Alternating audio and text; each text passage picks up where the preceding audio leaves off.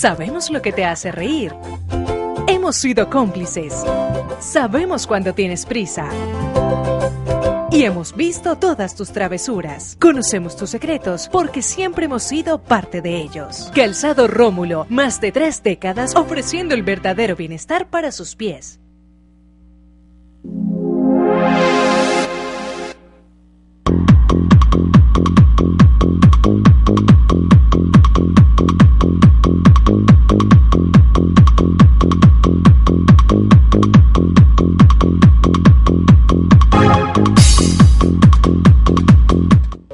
Transportes especiales a cargo. Confianza en la vía, con sentido social.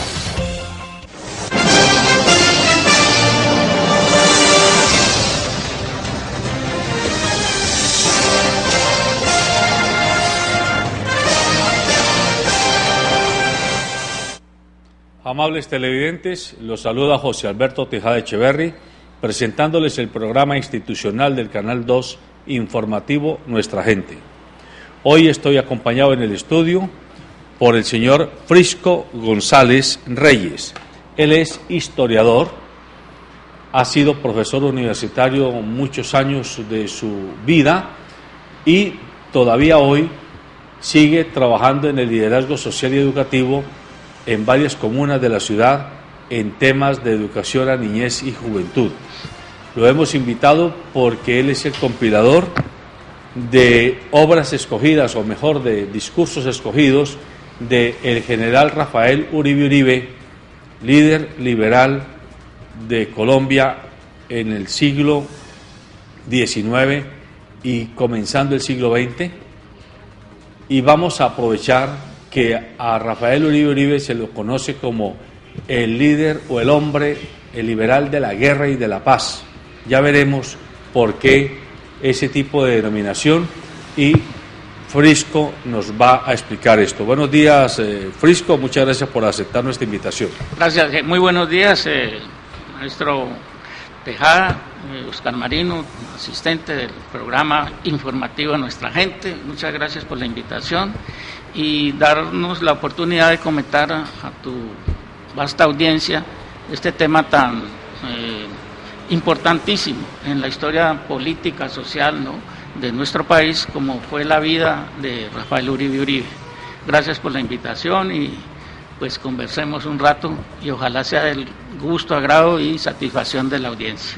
Muy bien, también saludamos a Oscar Marino Bueno, él es periodista y está vinculado al Canal 2, está vinculado a otros medios de comunicación, está vinculado a redes sociales, es un experto en manejo de periodismo de nueva generación, periodismo online, y nos acompaña también haciendo trabajo periodístico de campo, tanto para el noticiero Pacífico Noticias, que se emite por este canal, como para este programa informativo Nuestra Gente. Buenos días.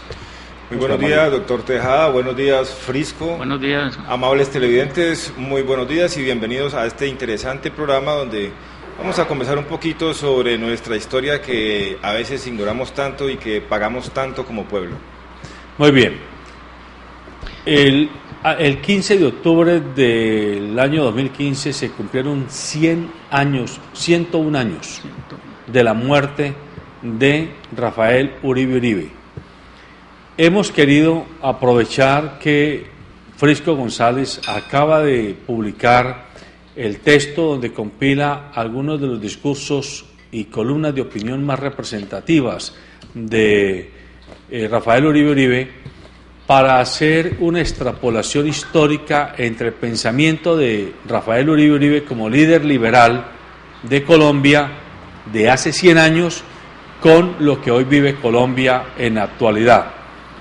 Si uno relee parte de lo que él nos muestra aquí en este texto, francamente cuando uno lo relee pareciera estar leyendo un discurso de un líder contemporáneo que está ansioso porque haya un cambio en el sistema, porque haya un cambio en las costumbres, porque haya un cambio en el modelo de hacer política por parte de las bancadas parlamentarias, por parte del Ejecutivo y por parte también de las bases militantes. Entonces, sin más preámbulo, yo quiero pedirle a usted, Frisco, que Y recordarle, este es un programa que tiene un propósito pedagógico. Este programa no está pensado para especialistas, está pensado para el gran público, para las personas que no tienen mucha información y a las que queremos llevarles esa información, entre ellos mi mamá, que tiene quinto de primaria y que no es muy especializada, por lo tanto, en su jerga. ¿Quién fue Rafael Uribe Uribe? Bueno, gracias. Y a ver, es una vida tan prolífica como fue la de Rafael Uribe, difícilmente en un espacio pues generoso, si se quiere, en términos de televisión, pero muy precario para la dimensión que te digo y la estatura del personaje. Sin embargo, como tú bien dices, vale la pena, y como también señalaba pues Oscar Marino, es desgraciadamente poco conocido, incluso hasta en los estamentos universitarios, ciertos aspectos más profundos, llamémoslo, de la actividad que desempeñó Uribe Uribe. Aceptando tu insinuación pedagógica, pues bien, yo en primer lugar diría por qué el texto aparece en este instante. Bien, el año pasado se cumplieron los 100 años del asesinato, del magnicidio de Rafael Uribe Uribe. Ya tocaremos ese punto en un momento dado, y con esa conmemoración pues veníamos con la idea en la Universidad Libre, la cual pues me ligan actividades de orden académico y pedagógico, de hacer un mínimo homenaje a la memoria de este gran hombre de nuestra historia.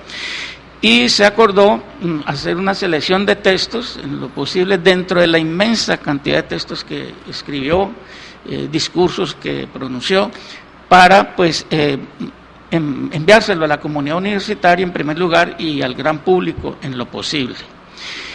Sin embargo, debo anotar que, si la memoria no me falla y si ustedes me respaldan, el año pasado, con motivo de los 100 años del magnicidio, francamente no se hizo mayor divulgación sobre la vida y obra y muerte incluso del mismo. Yo toqué muchísimas puertas, quiero decirlo así, hable a título muy personal. Recurrí al Senado de la República, recurrí a las instancias máximas del Partido Liberal,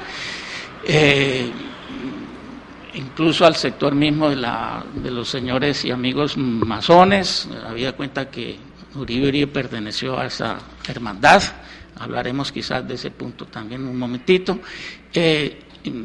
y fue imposible hacer algo que recordase eso. A título de comparación les digo que cuando los 25 años del magnicidio en Cali, se dio, aparte de una serie de ceremonias, ¿sí?, y homenajes y recuerdos, me llamó muchísimo la atención un concierto fúnebre, ¿sí?, público a la orilla del río, al frente de la ermita donde antes estuvo la estatua del monumento a Uribe Uribe, que después fue trasladado a donde está hoy, pues detrás del de Benjamín Herrera, un poco más abajo, por el lado pues izquierdo del río Cali.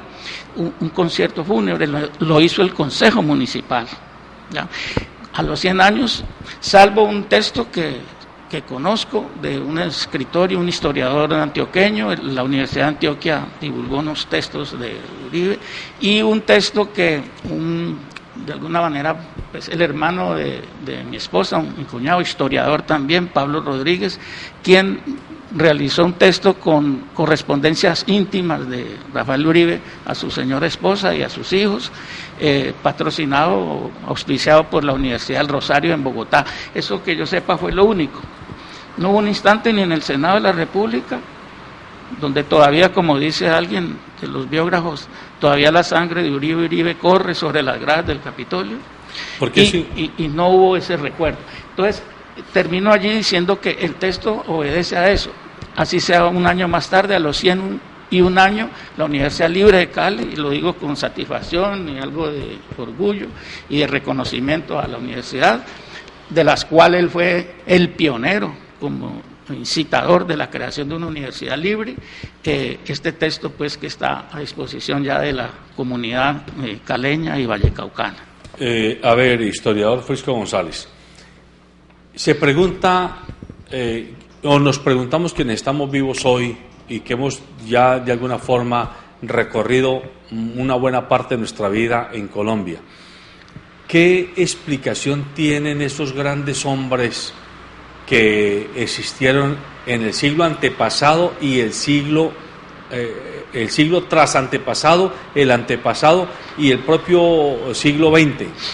Quiero decir, cuando a uno le enseñaban en la escuela primaria sobre Simón Bolívar, sobre el general Santander, sobre Antonio Nariño, sobre Camilo Torres, sobre el sabio Caldas, etcétera, estábamos hablando de unas historias épicas, o sea, unas vidas épicas en todo el sentido de la palabra, esplendorosas, casi que míticas.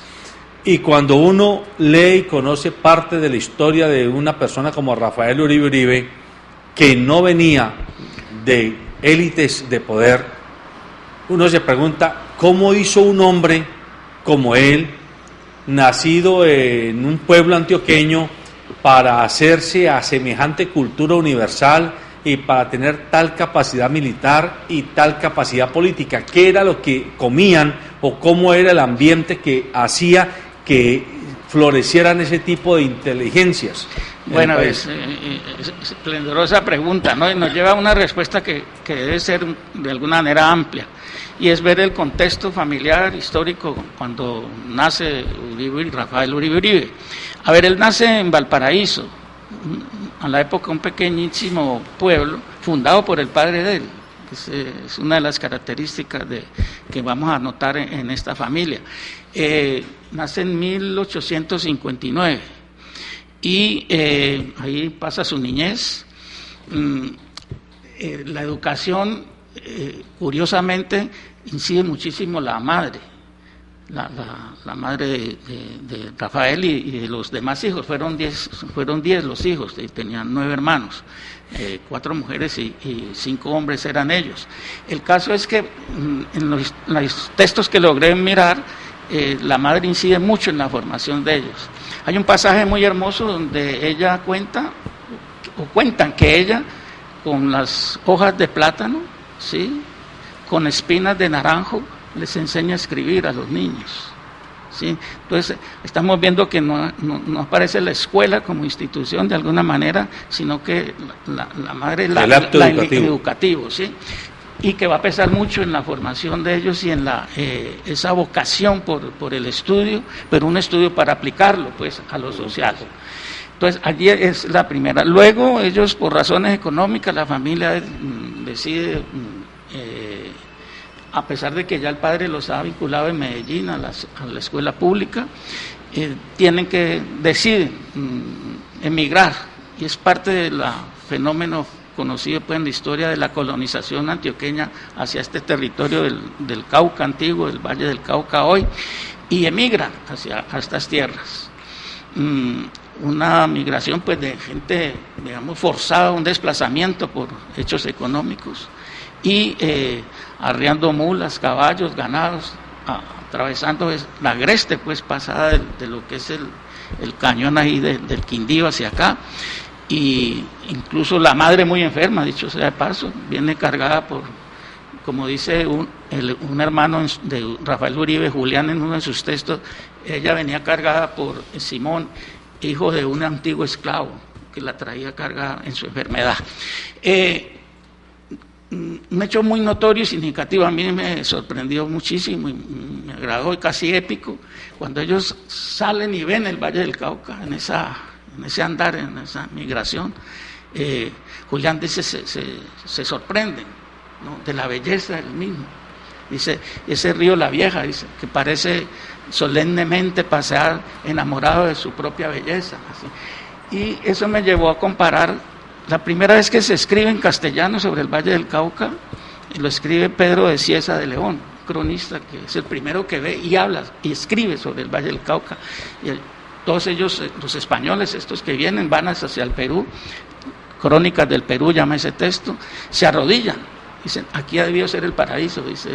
Entonces, casi como un símil, ¿no?, me pareció de la sorpresa agradabilísima de esta familia que viene y se encuentra con nuestro valle. Venga, Frisco, discúlpeme, le interpelo, porque yo voy monitoreando el tiempo Y yo sé que usted como historiador, usted pues se va metiendo en toda esa historia inmensa que tiene en su haber, pero le quiero insistir, a juicio suyo como historiador, ¿qué explica esa talla intelectual de un hombre que en esa época no existían las posibilidades y facilidades que hoy tiene cualquier persona, pobre o rica, para formarse y para documentarse? Sí, el peso es, por eso insistí en la presencia y la figura de la madre y también el padre. Campesino, pues mínima información cultural desde el punto de vista institucional, pero empeñado en la educación de sus hijos. Llegan a Buga, la meta de llegar es Buga, y llegados a Buga, inmediatamente los inscriben en el colegio académico de Buga. Buga al momento es la ciudad más importante de este territorio, pues lo sigue siendo hoy en día, pero a la época es la capital, pues si se quiere, de todo lo que hoy en día es el Valle y el Cauca mismo, y el colegio académico existe y es allí donde comienza el estudio propiamente. Una serie de profesores de alta categoría en su momento, y todos los varones salen matriculados allí y ahí hacen su primera enseñanza, digamos, de tipo institucional, ¿ya?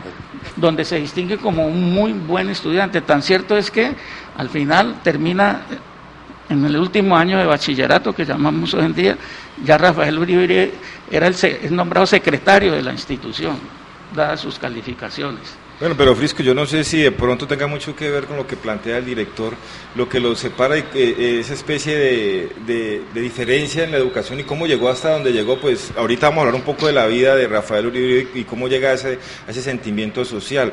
Tiene mucho que ver lo que usted menciona sobre que él tuvo los inicios de su educación en su casa, que es la semilla del conocimiento verdadero, del autodidacta, el que le enseñan desde pequeño lo importante de la educación, no de aquellas personas que esperan todo de un claustro, y menos en los claustros de esa época, ¿no? Casi todos manejados por sacerdotes o por la Iglesia Católica. Ya él traía la chispa del estudio personal, ¿no? Lo que le enseñó la madre. Yo creo que por ahí va la respuesta que planteaba nuestro director sobre el por qué él hacía una diferencia. Pero yo quisiera aprovechar, porque tenemos poquito tiempo, de que nuestros televidentes se acerquen un poquito más a Rafael Uribe. Él participó en las revoluciones, en esas revoluciones que en alguna vez le escuchaba yo a usted decir, nuestros dirigentes o quienes están allá en el Congreso, en esa época, estamos hablando a finales del siglo XIX, entre 1800, la época más conocida de él, ¿no? Desde que se mete en la primera revolución o guerra de 1875, después en la guerra de los 1000 días, y después su vida como funcionario público además, ¿no? Y todo su convencimiento alrededor de defender la paz aquí en nuestro país. Sí, difícil resumírtelo, pero por la limitación del tiempo. Pero, a ver, bachiller del académico, la incidencia del padre es muy fuerte, el padre de un militante a la época, ¿no? Del Partido Liberal a fondo, de sus paisas que llegan con esos criterios, incide ideológicamente, es muy notorio en la formación de todos ellos por lo demás, y ni siquiera no te adelantes tanto, estando en Buga, aparece la primera batalla donde él participa, Rafael Uribe, que es la famosa batalla de los Chancos, que es un sitio entre Tuluá, cercano a Tuluá, donde se desarrolla el primer encuentro bélico en ese contexto de las guerras del siglo XIX aquí en Colombia. En el Valle del Cauca se da, te estoy hablando cuando Uribe no ha cumplido los 17 años y participa en la misma. Era un guerrero en sus inicios. A nombre y formando filas como miembro del Partido Liberal o adepto, ¿no? a las ideas del liberalismo. Les cuento que tanto lo que logró estudiar en el colegio en Medellín como en la misma académico de Buga había formación militar. Eso es un dato importantísimo. Al lado de la formación pues académica, llamémosla pues historia, geografía, idiomas, filosofía, había formación con mucha intensidad de carácter militar, porque ya se vivía en ese ambiente de guerras súbitas que aparecían. Y entonces lo vemos ya con 16, no cumplidos los 17 años, batallando, donde es herido, entre otras cosas. Un balazo que sufre en la pierna derecha, que va a cojear. Es más, hubo intentos de amputarle la pierna, él se niega, y el padre que asiste en ese momento, que está peleando también, y el hermano Julián también están en esa batalla, impiden al médico que prolongue, haga los esfuerzos para no amputarle la pierna. Es lo que llama el historiador Eduardo Santa, uno de los mejores biógrafos de sobre Uribe, y se fue el bautizo de fuego. ¿Sí? En esa batalla, donde pierden, entre otras cosas, este ejército conservador que viene de Manizales abajo, huye, y es además una victoria en términos pues de yo militares. Le he querido insistir en que muestre ese perfil, porque francamente cuando uno lee un poco de historia, sobre todo historia de los llamados próceres de la vida nacional, de la patria, definitivamente uno encuentra que estos hombres de antes eran muy cultos. Rafael Uribe para su época era un hombre culto, como lo fue Simón Bolívar, insisto, como lo fue Antonio Nariño, como fue el sabio Caldas, etcétera. Pero en cambio hoy día uno encuentra que los políticos, la inmensa mayoría, son una vergüenza de incultura. ¿Qué explicación histórica hay allí? No, pues el afán, ¿no? Sobre el personaje, ¿no? Para no caer en abarcar tan genéricamente el asunto. Es la insistencia del padre y el contexto histórico preciso que hace que él, como liberal, tenga que formarse. Es más, uno de los leitmotiv, si me permiten ahí el giro, de él es que deben educarse los liberales y a fondo, y sobre todo en lo que era la gramática. ¿Te acuerdas que el siglo pasado fue hecho por gramáticos? Claro, política. Él era un gramático. Entonces, él dice, es que porque solo los conservadores son los que pueden tener el conocimiento de la gramática. Entonces, ese impulso político, digamos, ideológico, lo lleva al avatar de la formación en esos términos. Solo eso puede explicar cómo, un año que estuvo preso, no hay tiempo para explicar en un año que estuvo preso, ¿qué hace? ¿Te imaginas una mazmorra en Cartagena? Un año.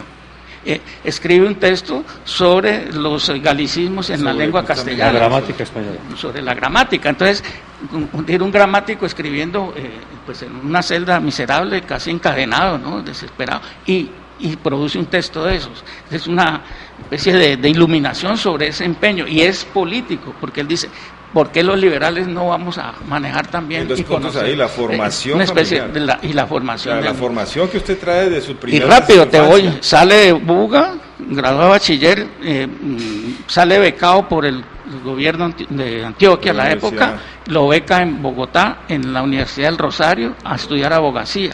¿Sí? Son 3 años donde se gradúa con méritos, y volviendo al profesor Santa, que tiene la relación de los estudiosos que él estudia, ¿no?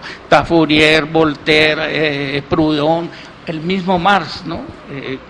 Curiosamente a la época donde el marxismo pues todavía es una flor desconocida como tesis pues de orden político y social, él aparece leyendo esos textos, conociendo, aparte pues de su formación jurídica propiamente dicha. Pero hay un impulso del conocimiento pues por naturaleza, por el afán mismo del sujeto, ¿sí? Pero en un contexto social que también lo empuja y lo precipita. Tenemos que formarnos, y eso sí, un ansia en el sentido generoso de la expresión de poder para llegar al Estado, para pues crear una sociedad un poco más igualitaria, entonces, que es la que tratemos de seguir en ese periplo vital de este colombiano ilustre, este liberal ilustre. Entonces, este hombre que ya tenía formación militar desde el colegio académico, participó como mínimo en 3 de las llamadas guerras que ha tenido Colombia desde su nacimiento como república, y en la penúltima guerra fue donde casi le amputan la pierna. No, en la primera, en los Chancos, aquí en el Valle del Cauca. En la primera. Sí. Y después, ¿esa fue en 1875? A ver, él tiene 17 años, es en el 72. Es en el 76. Más o menos. Y después viene la otra, que es el 85. No, vienen, y las demás, en las 4 guerras de guerras civiles y para culminar con la guerra pues de los 1000 días, que ya es el puente entre el siglo una época de muchas guerras que XIX al siglo XX. Hablando la otra vez con Frisco, me decía que en esa época casi todos estos congresistas tenían grandes haciendas, tenían casi, no sé si recuerda, ejércitos propios, sí. Y así se enojaban allá en Bogotá en el Congreso y mandaban a pelear, y se iban a hacer sus guerras a la peonada, sí, como fue en Bucaramanga, en Santander, como aquí en el Cauca. Pero entonces, a ver, venga, a Rafael Uribe lo asesinaron. No vamos a llegar todavía al asesinato. Vamos a la Universidad pero lo asesinaron no precisamente porque tuviera cara fea, ni porque fuera gordo, ni porque fuera flaco. Lo asesinaron por algo. Pero entonces tratemos de comenzar a identificar dónde estaba la pelea o dónde estaba la provocación que él le generaba a los enemigos de su existencia y de su participación política. Miguel Antonio Caro era el presidente de Colombia comenzando el siglo XIX, sí. Perdón, el siglo XX. 20. ¿Sí? Y Rafael Uribe era congresista. Sí. Y entiendo que era el único senador liberal en un congreso sí. conservador. Sí, diste un salto, ¿no? Sí, es por el tiempo, pero es por el tiempo. Sí. Bueno, sí, pero quería señalar para cerrar lo de las guerras, sí, se puede cerrar ese pasaje. Es un general, llega general de los ejércitos liberales, con fortuna y sin fortuna, eso pierde y gana. Tanto es que García Márquez, el personaje Aureliano Buendía, que perdió todas las guerras, ¿no? Que ganaba y perdía parcialmente guerras, está inspirado en él. No, y García Márquez lo dice, este personaje fue el que me inspiró para este otro personaje literario, de ese corte. Él lo dice en un libro, ¿no? Para referencia a los televidentes, en El olor de la guayaba, en el libro que escribió con Pino Puleyo Mendoza. Sí, y él lo declara pues públicamente que es la referencia. Sí, es senador, sí, Partido Liberal, es el único liberal en un congreso de 60 más, es decir, decía son 60 conservadores y yo el 61 que soy liberal. Entonces, enfrentaba una voz solitaria frente a toda el acomodamiento de ese régimen que va a perdurar durante mucho tiempo, defensa pues de la propiedad privada, de los intereses de los grandes terratenientes, la iglesia, y creo que pesan en el desarrollo político y social de esta nación. Él es la voz única, ¿no?, que protesta. Él sabe que es inútilmente de alguna manera, pero él como que se ve que eso es hacia la historia que va y que queda un testimonio, que ahí está un partido que propone consideraciones diferentes de carácter social significativo. Es la gran lucha de él, y es donde el enfrentamiento se hace pues total, que podría de alguna manera explicar obviamente el por qué es asesinado. No hay crimen gratuito, ¿no? Correcto, no hay crimen gratuito. Y entonces Rafael Uribe decía que Miguel Antonio Caro hacía de la política del arte no de servir sino de engañar al pueblo. Es una frase que se conoce de Rafael Uribe. Pero ¿por qué lo decía?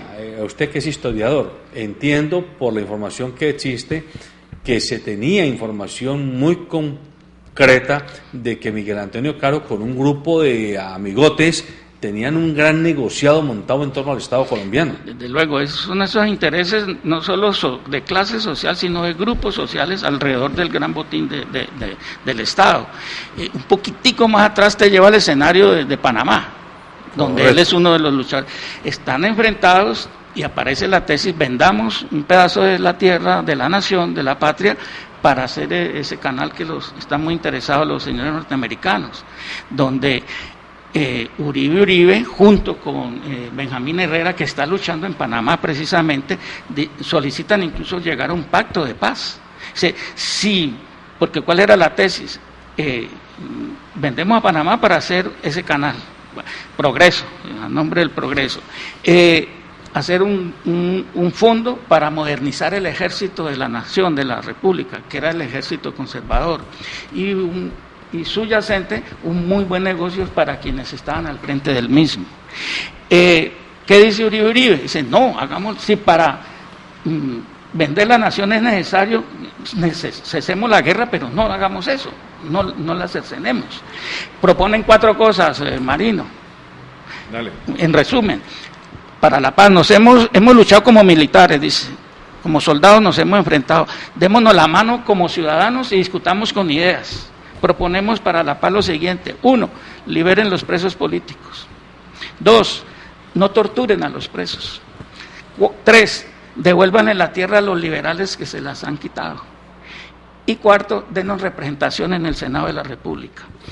¿Es eso sí o no, señores, de alguna manera lo que aún hoy se está discutiendo en La Habana? Es parecido a lo que se está pidiendo en La Habana, es una paradoja, ¿no? En la presentación del libro dije eso. 100 años y no pasa nada, pero antes... Oíme, es que es casi como un eco permanente. Es casi la tierra, ¿sí? La lucha fratricida. Discutamos con ideas a ver qué ordenamiento le podemos dar al país. Sí, Oscar Marino. Sí, Marino, perdón.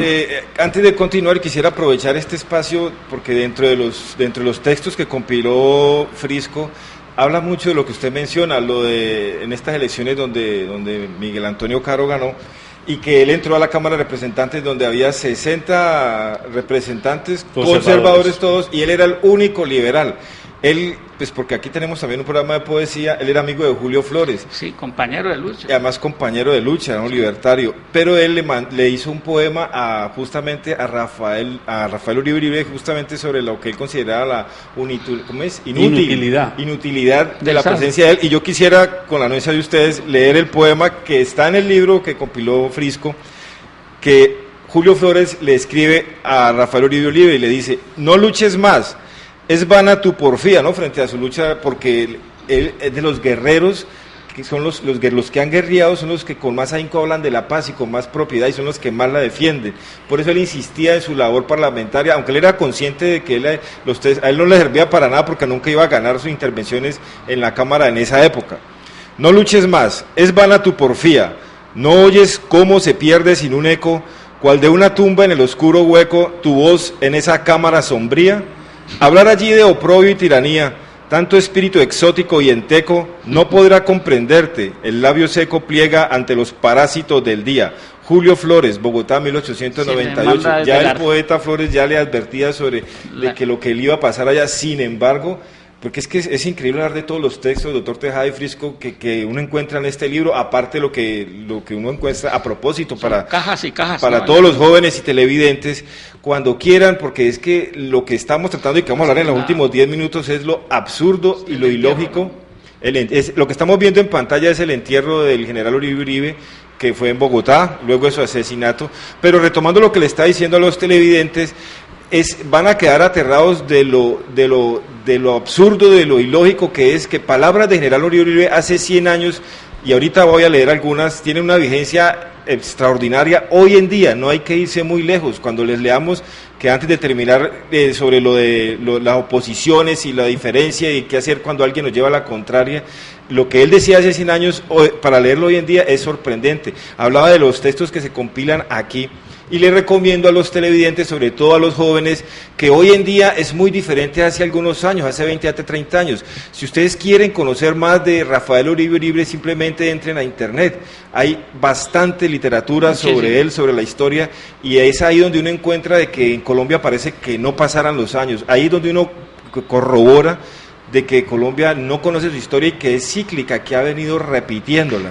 No, y el mensaje de paz, un hombre de guerra, y se convierte casi como fanática, como apóstol de la propuesta pacífica. Sabe cuando llega a Barranquilla, que viene de viajes en Centroamérica, que viene con la espada de Antonio Maceo, porque Cuba, recuerden, en la época todavía está en la lucha por la independencia de España. Él saluda ya a los chavos por ese propósito en todos los órdenes, y el grupo de exilados cubanos que están en su empeño pues de independencia, en agradecimiento le entregan la espada de Maceo, que se pierde en Colombia, la espada, entre otras cosas, no ha aparecido aún, y ahí es donde él dice: donde en mis escritos, en mis discursos, donde yo haya puesto Partido Liberal, léase la patria. Vengo a pelear no por el partido, sino por mi patria. Y da ese vuelco hacia la paz. Es la manera de construir. La guerra no nos ha dado sino desastres, miserias. Reconstruyamos esta nación, pero discutiendo, ¿sí?, como pares en el Senado, en la República y en el ordenamiento estatal. Esas elecciones eran fraudulentas todas, ¿no? Por darte solo un señal, eso era imposible. Bueno, entonces, este hombre que se enfrentó valerosamente con sus ideas a un Congreso conservador, que no le aprobaba nada, que casi que lo que él hacía era dejar constancia para la historia, como usted bien dice, de sus posiciones políticas y filosóficas frente a muchos temas del devenir nacional. Ese hombre también denunciaba todas estas tropelías y todas estas marrullas de los gobernantes de su tiempo. Todo eso fue incubando sus enemigos, hasta que llega un momento en el que ya Rafael Uribe, desarmado, convertido en un ciudadano de paz, en un apóstol de la paz, dedicado al Congreso, porque era un parlamentario, da papaya. Y yo quiero pedirle que lleguemos al momento del asesinato para explicar el contexto. Da papaya, y si se me permite decirlo, yo no soy historiador, si me permite decirlo, creo yo que el asesinato de Rafael Uribe, la manera como lo asesinaron, fue premonitoria de la manera como irían a asesinar después a Jorge Eliezer Gaitán, y como muchos años después irían a asesinar a Luis Carlos Galán y también a Carlos Pizarro, para poner solo 4 nombres emblemáticos de la historia nacional. Sí, tú lo has dicho. Sí, se ha investigado mucho el asesinato, pero no se ha aclarado el mismo, ni las fuentes, ¿no? Los sujetos propiamente. Hay sospechas hasta el alto clero en medio de todas estas análisis que hasta donde logré yo conocer. Y un ejemplo, cuando él va hacia el Capitolio, muy cumplido, a la 1 de la tarde, vivía cerca del mismo, cuando viene el asalto, cuando cae, ¿qué llevaba en el bolsillo Rafael Uribe? Llevaba un borrador de un proyecto de ley por medio del cual el Estado y el empleador era responsable en casos de enfermedad o accidente del obrero o el empleado. No existía lo llevaba y que queda manchado con su sangre. Que eso va a ser realidad, al menos en la ley, pues con López, que 30 años después. Correcto. Bueno, para darte un indicativo de su la muerte pues tiene ese magnicidio, tiene explicaciones de muchos órdenes, ¿no? Intereses que él toca fuertemente, incluso de orden no solo económico y político, sino también hasta de corte teológico. Sí, porque él era laicista. Y la Iglesia pues controla de alguna manera. Antes del presidente está el nuncio apostólico dominando los hilos y los tejidos del poder en Bogotá, y es un hombre que se vuelve completamente, para ese sector se deduce, insoportable. Tanto es que se llega a ese crimen que todavía clama justicia. Casi en la misma calle, 2 cuadras más abajo, casi a la misma hora, años después, en el 48, es asesinado Jorge Eliezer Gaitán. Hay casi como un escenario escogido para el asunto y una hora propicia para el mismo, que nos lleva pues a casi eso a considerar que es preconcebido todo ese y 70 años después inmolan magistrados en el Palacio de Justicia ahí mismo. Ni hablar, ¿no? Entonces esos textos, como nos decía un profesor en Francia, él no es nuestro contemporáneo, hablando del padre de las casas, pero creo que el símil podría servir para Rafael, y a título casi de terminar. Él no es nuestro contemporáneo, sí, pero está permanente, porque el discurso, lo que él propone, por lo que lucha, aún sigue por resolverse, y por lo tanto aún hay que luchar por él, por esos logros. De modo que ahí queda como testimonio, y es una voz viva, ¿no? la que el libro y los demás escritos en los archivos históricos en Bogotá, en el Archivo Nacional, son cajas llenas de correspondencia. Y les doy solo para cerrar, retrocediendo un poco al lado militar, pero más humano, que va una estafeta, él está por el Tolima, en la guerra, y va una estafeta hacia Bogotá, y una de sus hijas cumple años, y le manda una carta, y dice: hija mía, con tu cumpleaños te mando esta nota, ¿no?, para desearte felicidades, pero como estoy muy pobre, solo te puedo mandar este pedacito de jabón, que es lo único que tengo. Entonces es la gente que hizo esta nación, ¿no?, que hizo un partido que tiene unos méritos sociales, históricos allí, para luego ver que... Y que por lo tanto debían estar avergonzados. Que los representantes de ese partido ahora pues andan en asuntos y negocios más de carácter son personal. Impresentables. Pero déjeme, José Marino, antes de seguir, le he pedido a nuestros productores que nos muestren una nota que Pacífico Noticias, el noticiero que se emite por nuestro canal, tiene sobre Rafael Uribe Uribe, precisamente. Qué bien.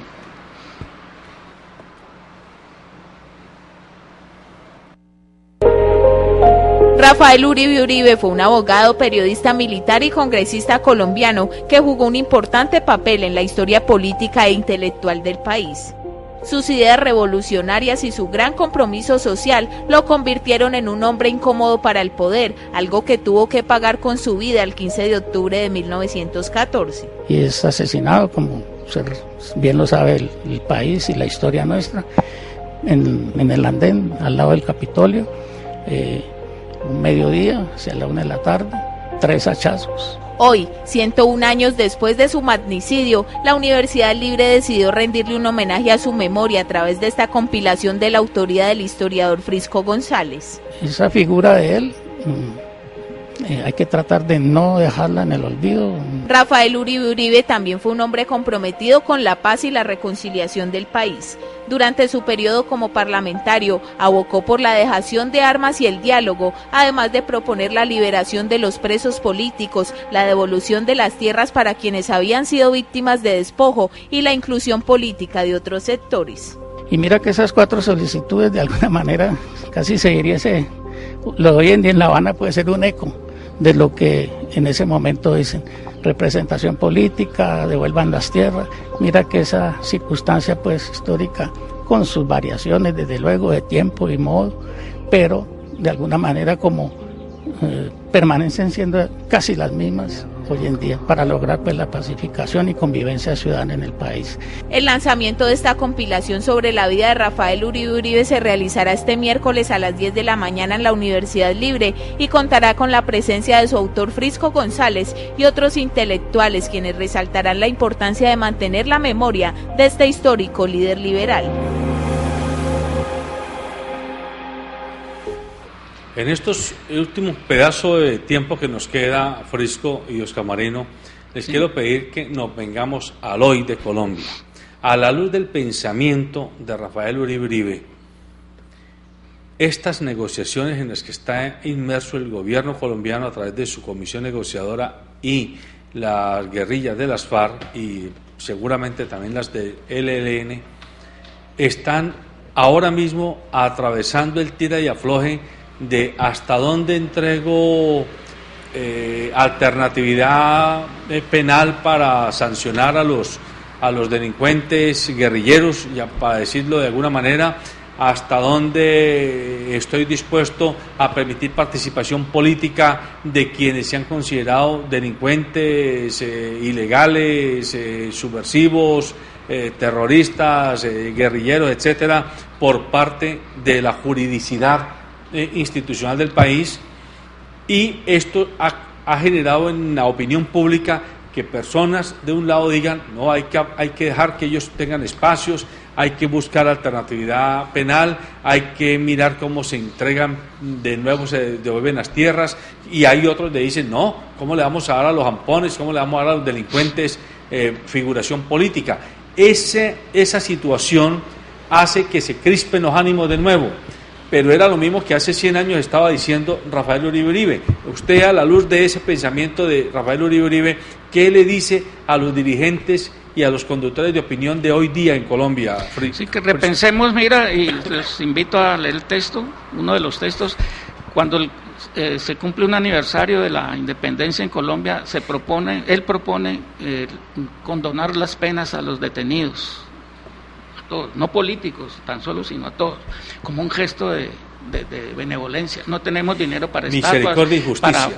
Y antepone, fíjate, sí está la ley, hay que cumplirla, ¿no? Pero hay algo más que es fuerte y se vaya a lo teológico. La misericordia. La justicia debe ceder ante la misericordia. Correcto. ¿Sí? Hasta dónde podría ser incluso el mensaje, un país que se reclama cristiano, ¿sí? Por esencia, por nuestra propia historia, estaríamos ante ese enigma. O castigamos y seguimos en esta guerra, o perdonamos, ¿sí? Y nos reconciliamos. Dicen misericordia o aplicamos el Código Penal. Uribe dice, prefiero la misericordia, el perdón, al castigo. Y paradójicamente hoy en día quienes militan en, digamos, y que esgrimen el catolicismo y las buenas costumbres son los que más muestran un odio visceral, ¿no? Un odio que pareciera a todo lo diferente, a todo lo que sea diferente. Pero yo sí quiero pedir 3 minutos corticos porque para aprovechar y hablar de Rafael Uribe Uribe en unos temas que hemos tocado muy por encima, y es que, primero, Rafael Uribe Uribe fue un gran defensor de los derechos de los trabajadores. De hecho, de su trabajo en el Congreso, él hablaba de las horas mínimas de trabajo. El pionero del derecho laboral, ¿no? El derecho laboral, fue cuando fue ministro de Obras Públicas, que era una cosa que a uno lo pone a pensar mucho sobre él, siendo parte del Ejecutivo de esa época, cómo abogaba por los derechos de los trabajadores y fomentaba a los sindicatos como una de las formas, una de las cooperativas de los trabajadores, que es muy válido hoy en día, una de las formas de realmente lograr una especie de equidad social, que era algo que también lo atormentaba a él, para que investiguemos un poco más sobre estos aportes al derecho laboral que hizo Rafael Uribe Uribe. En sus escritos está, y en algunos de los escritos que tienes en este libro habla de eso. Lo otro, la religión, que él mismo lo dice en uno de sus ensayos, que en cualquier otro país del mundo arrancaría una sonrisa hablar sobre y explicar que el liberalismo no es pecado. En Colombia era una tragedia en esa época, porque la religión católica en especial estaba enquistada en el poder y sabía todo lo favorable que es tener a la gente alrededor de una religión por los dogmas, o lo fácil que es someter con las creencias religiosas a un pueblo. Y llega Rafael Uribe Uribe en sus intervenciones, además era periodista, no hemos hablado tampoco de eso, leer unos de sus artículos, porque tú publicas bastantes artículos de él, ¿no? Y antes de hablar de lo de la iglesia, que es la iglesia además nos muestra en esta compilación que, ¿cómo se dice?, lo censuró, lo vetó, simplemente porque explicaba él qué era el liberalismo, ¿no? Y además ha sido un trabajo lo más gracioso, entre comillas. Ese texto fue condenado al índice, ¿no? Ahí está la copia, claro, del arzobispo, donde está como un libro porque él apela a Roma, mira, es como aquí, casi medieval la discusión. Él apela ante Roma, ante el Vaticano, que ese libro no lo tienen por qué censurar. Le contestan que sí, pues y queda censurado en el índice, ¿no? Y es censurado por la iglesia, ¿no? En el libro que pueden conseguir en la Universidad Libre está ese fragmento que nos está hablando Frisco. Y sobre la paz, que es lo que nos está preguntando el director, como periodista, él tiene un artículo publicado en El Liberal que también está en esta compilación que hizo Frisco, y él lo resume, las consideraciones sobre la paz, no sé si quisiera mencionarlas, que están aquí en este escrito que él hace en el periódico El Liberal. Primero, la paz por sí sola es el más preciado de los bienes. Esto es lo que Frisco nos resume de ese artículo de Rafael Uribe Uribe. El mejor de todos los negocios es la paz, y lo que más me ha impactado a mí, que sería muy interesante para que quienes se oponen a terminar el conflicto armado en Colombia la piensen, y es esta: la paz, como resultado de una victoria del país sobre sí mismo, es la más segura prenda de un futuro mejor, que para mí es la definición mejor de terminar este conflicto. Es una victoria del país sobre sí mismo. Sobre nosotros mismos. Sobre nosotros mismos, claro. Pero es del país sobre el mismo país. Claro. Y antes, nosotros al principio hablábamos de que era aterrador lo vigente que son palabras de Rafael Uribe Uribe. Quisiera leerlo porque... ¿Por qué les dije eso? ¿Y por qué también el director hablaba de eso? En uno de los escritos de Rafael Uribe Uribe, antes de que termine, en 1800, después de esa primera revolución en la que él participó por ahí en Santander, en Bucaramanga, él escribe algo que es impresionante, sobre todo la vigencia que tiene hoy en día, y dice: da mucho en qué pensar que en el último año del primer siglo de nuestra vida como nación, independientemente, la práctica de la República no nos haya enseñado a respetar las opiniones ajenas, e infunde melancolía que a estas horas de la civilización haya todavía en la capital de Colombia quienes consideren las opiniones como delitos y quieran castigarlos como tales, que era lo que iba a ocurrir en todos los 101 años que transcurrieron después del asesinato, y 102 años, porque esto lo escribió en unos 11. Antecitos de que lo asesinaran. Sí. Todo este siglo tuvo vigencia, porque ha sido el régimen, ¿no? Porque él lo que estaba hablando cuando peleaba por los trabajadores, cuando hablaba de la necesidad de la paz, es porque a los dueños del poder les interesa la guerra, ganan plata, y como decía el director, todavía viven del Estado. Hay historiadores que plantean que el asesinato de Rafael Uribe Uribe fue orquestado por las oligarquías que en ese momento controlaban la economía del país, el Partido Conservador, la dirigencia conservadora, los jesuitas y la Policía Nacional. Eran como los 4 autores intelectuales que estaban detrás de bambalinas de esos 2 artesanos que le dieron hachazos a Rafael Uribe Uribe. La pregunta que surge aquí, Frisco, es ¿cómo hacer para vacunar al país de esos riesgos de que una vez que se suscriban acuerdos, que se intente volver a aclimatar la paz para que nos podamos saludar como ciudadanos y no como combatientes, que era lo que decía Rafael Uribe Uribe, no vayan a estar agazapados de nuevo cierto tipo de grupos de interés que terminen masacrando y matando selectivamente a quienes hayan estado liderando este proceso de civilización? Sí, crear todas las condiciones posibles, sí, todas las responsabilidades personales y colectivas, de organizaciones, de instituciones, para poder proteger, cuidar ese marco democrático que parece promete y debe tener lo que hemos dado en llamar por ahora el posconflicto, ¿no? Es una responsabilidad pues de todos los que nos sintamos adictos a esa posibilidad, porque eso no va a venir las Naciones Unidas a resolverlo, eso no van a venir chinos ni rusos, somos nosotros mismos, como dice Uribe Uribe. Como decía él, ¿no? Los mismos colombianos sobre nosotros. Es un triunfo de Colombia sobre Colombia. Nosotros hemos sido los responsables de eso, somos los responsables también de crear de ese caos una posibilidad de convivencia y democracia. Frisco González, el colombiano, ¿es optimista con lo que puede pasar con Colombia en los próximos años?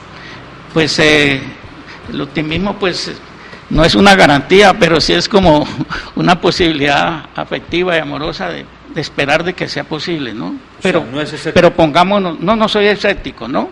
Pero sí me preocuparía pues los torpedos que desde ya se pueden ver venir y se están dando, ¿cierto?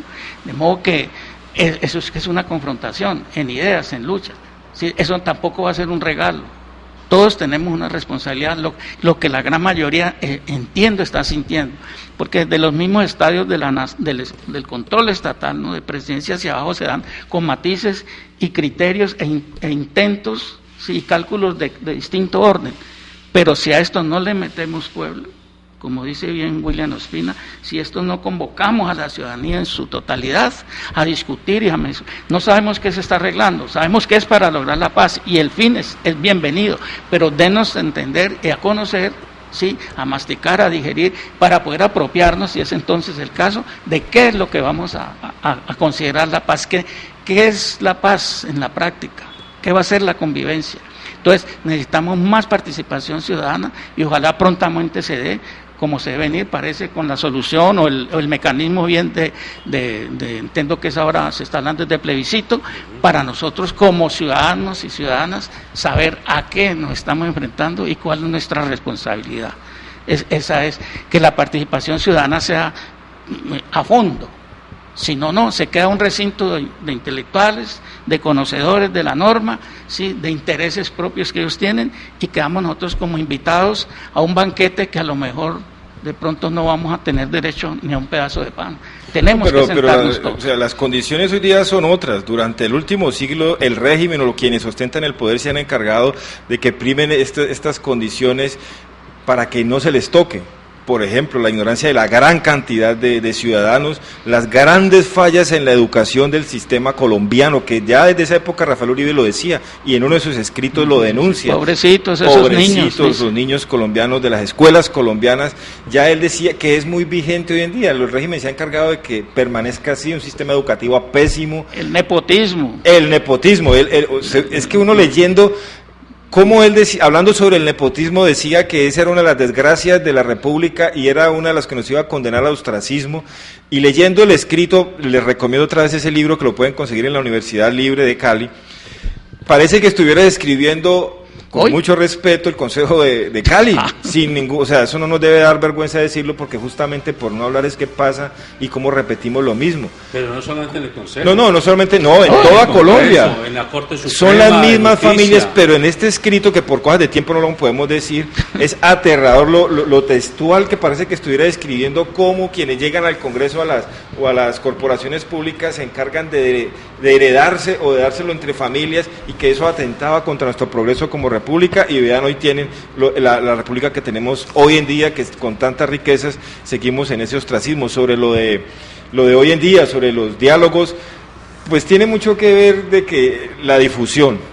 A mí me aterra porque yo constantemente monitoreo y hago curaduría de artículos sobre lo que está pasando en social media y en internet por mi trabajo, como desde hace 3 días están desatando, no conocemos el texto de lo que se está o lo que se nos va a someter en bloque en el plebiscito que está promoviendo el gobierno, que ya le aprobaron el primer debate en el Congreso sobre los acuerdos en La Habana y sobre el fin del conflicto, y están en una campaña sobre el no, pero absurda y lógica, diciendo que el no, que nos van a llevar al comunismo, que va a llegar la desgracia a Colombia, que nos van a volver chavistas, pero es la cantidad de, por ejemplo en Facebook y en Twitter, pues la oposición, el uribismo está haciendo eso, y no conocemos el texto.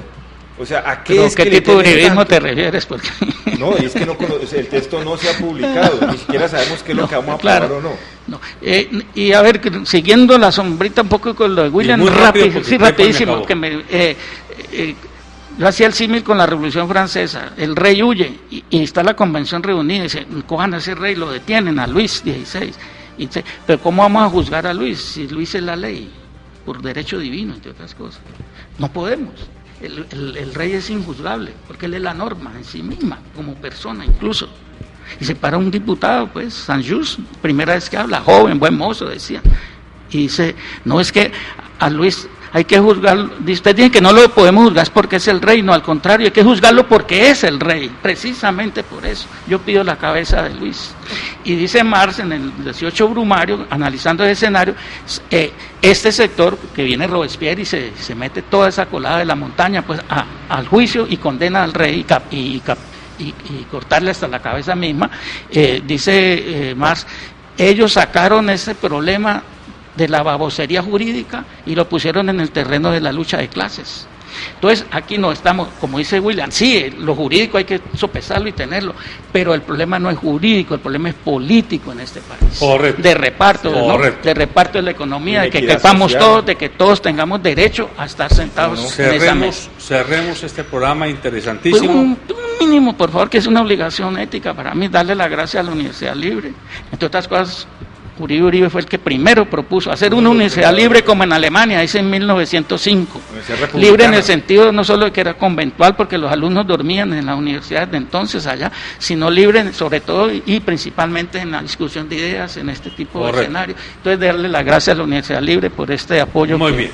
Entonces, cerremos con esta última invitación a la reflexión que hace Frisco González. Los grandes problemas del país que tenemos hoy sobre la mesa no son jurídicos, son políticos. Políticos en el sentido de que quien tome las decisiones está trazando el derrotero, el destino del país. Y es allí donde no nos podemos equivocar. Atemperémonos a la ley, pero que la ley no intente suplantar la realidad que vivimos los colombianos. Desgraciadamente tenemos muchos abogados de todos los niveles y de todas las categorías que viven el síndrome de la irrealidad, porque pretenden que la realidad está en el marco jurídico y no entienden que el marco jurídico es el que debe atemperarse a la realidad, y la realidad política de Colombia es una realidad que nos concita a que nos podamos, como decía Rafael Uribe, saludar como ciudadanos, tratar como ciudadanos y no tratarnos ni como combatientes de uno u otro lado y menos como el enemigo interno, que es desgraciadamente la política de seguridad nacional que ha imperado en Colombia en los 200 años de historia que tenemos. Buenos días.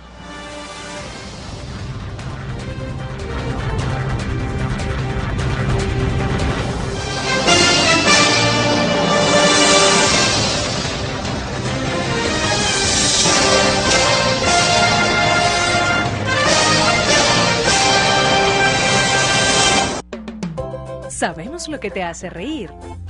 Hemos sido cómplices. Sabemos cuando tienes prisa. y hemos visto todas tus travesuras. Conocemos tus secretos porque siempre hemos sido parte de ellos. Calzado Rómulo, más de 3 décadas ofreciendo el verdadero bienestar para sus pies.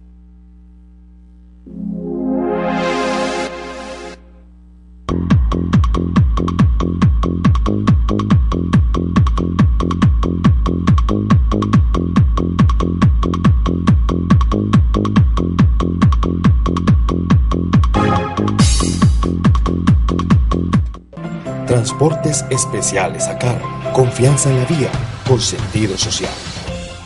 Daylight come and me don't want go home.